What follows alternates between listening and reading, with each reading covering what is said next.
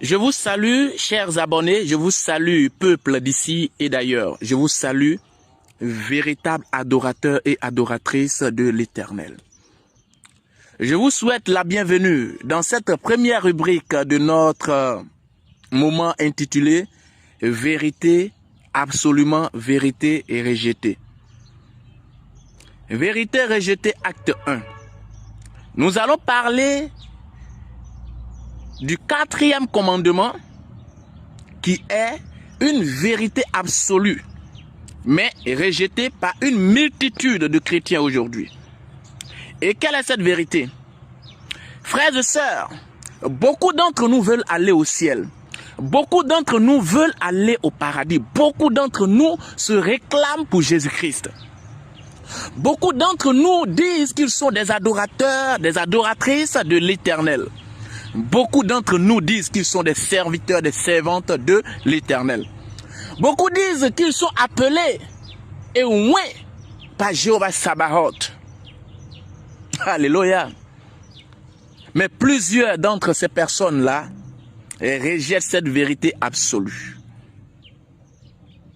Oui, d'autres diront, oh, bah, il raconte rien de bon, il dit rien de bien, qu'est-ce qu'il raconte?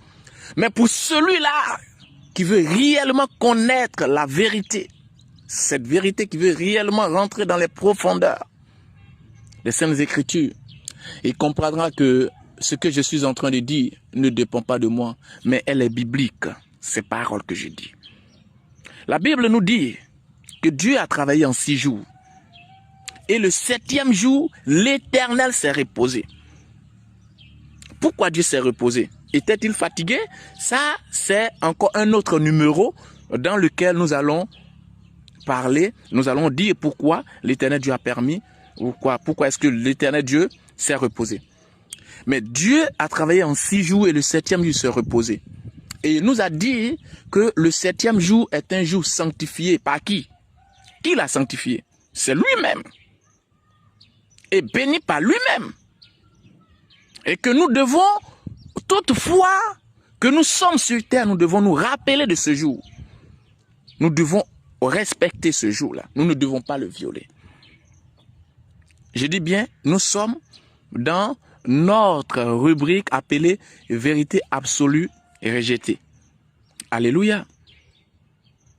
Et voyez aujourd'hui, beaucoup d'entre nous, bien même qu'ils connaissent cette vérité-là, mais ils la rejettent. Pourquoi ils la rejettent? Il y a plusieurs prétextes. Il y a plusieurs arguments que d'autres connaissent mieux que moi.